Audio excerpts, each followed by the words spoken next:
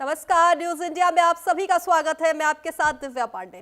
Bulletin की शुरुआत करेंगे बड़ी खबर के साथ। दिल्ली में गंभीर स्तर पर पहुंचा वायु प्रदूषण। दिल्ली के कई इलाकों में AQI 400 के पार। आनंद विहार में AQI 412, तो वहीं चांदनी चौक में AQI 410। आपको बता दें अशोक विहार में AQI 414, तो वहीं AQI जहांगीरपुरी में 433। तो बता दें आपको बवाना में AQI 436 और वाजिरपुर में AQI 436। तो बड़ी और अहम जानकारी आपको दे दें, जहां दिल्ली के कई इलाकों में AQI 400 के पार पहुंच गया है। गंभीर स्तर पर पहुंचा है वायु प्रदूषण। तो ये 6 तस्वीर हम आपको टीवी स्क्रीन पर दिखा रहे हैं, जहां इंडिया गेट, पहली तस्वीर हम आपको इंडिया गेट से दिखा रहे हैं, आप देख सकते हैं। तो वही दूसरी तस्वीर अक्षरधाम से हम आपको दिखा रहे हैं, देख सकते हैं आप AQI प्रदूषण बढ़ने से किस तरीके से पूरा धुंधला धुंधला अक्षरधाम मंदिर तक दिखाई नहीं दे रहा है। तो ये तीसरी तस्वीर हम आपको एम्स के बाहर की दिखा रहे हैं, आप देख सकते हैं किस तरीके से AQI बढ़ने की वजह से प्रदूषण बहुत ज़्यादा फैला हुआ है। तो ये चौथी तस्वीर लोधी रोड की है, तो आपको बता दें, जहां पांचवी तस्वीर आनंद विहार की है, तो वही छठी तस्वीर ITBP की है।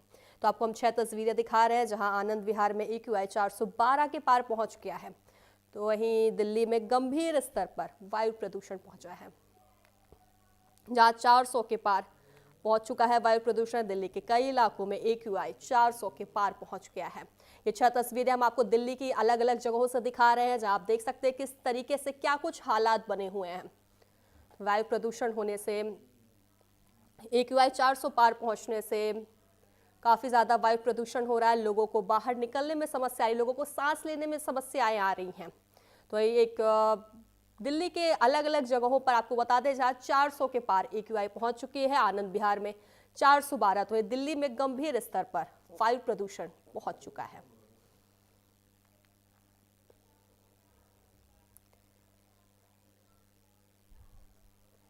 तो दिल्ली के कई इलाकों में आपको बता दें AQI 400 के पार है। जैसे आनंद विहार में आपको बताया, जहां आनंद विहार में AQI 412, तो वहीं चांदनी चौक में 410 के पार पहुंच चुका है। ऐसे में अशोक विहार में 416 और जहांगीरपुरी में बात करें अगर जहांगीरपुरी की, तो 433 और बवाना में AQI 436 दर्ज की गई है। तो वहीं वाजिरपुर में AQI 436।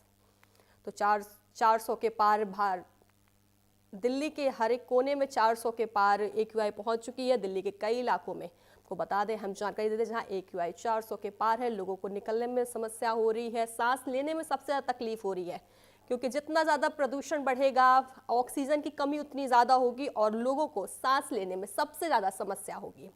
तो आपको हम 6 तस्वीरें टीवी स्क्रीन पर दिखा रहे हैं, आप 6 तस्वीरें देख सकते हैं। इंडिया गेट में, इंडिया गेट की पहली तस्वीर है, दूसरी अक्षरधाम की है, तो वही तीसरी तस्वीर एम्स की है और चौथी लोधी रोड की है। और बात करें अगर पांचवी तस्वीर की, तो आनंद विहार से ये पांचवी तस्वीर सामने आ रही है। आप देख सकते हैं किस तरीके से धुंध, दिन में किस तरीके से धुंध देखा जा रहा है। तो वही छठी तस्वीर आपको बता दें ITO की है।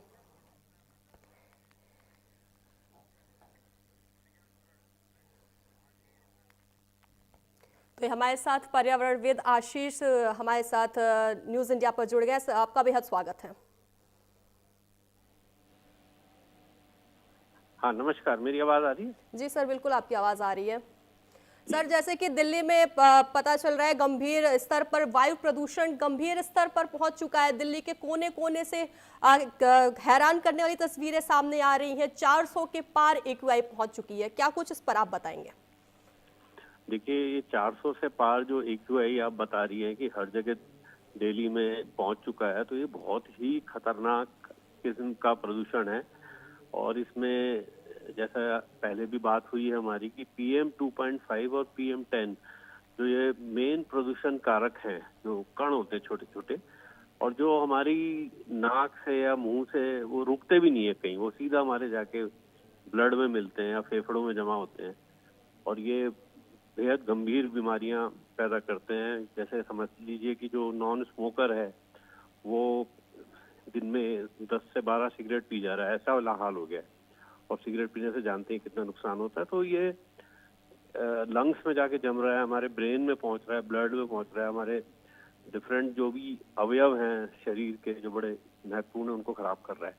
तो इसका कोई ना कोई निराकरण हर साल जो होता है हम बात करते हैं, इस पे कुछ रोक लगती है, कभी ऑड इवन आउट होता है, ये सब होता है।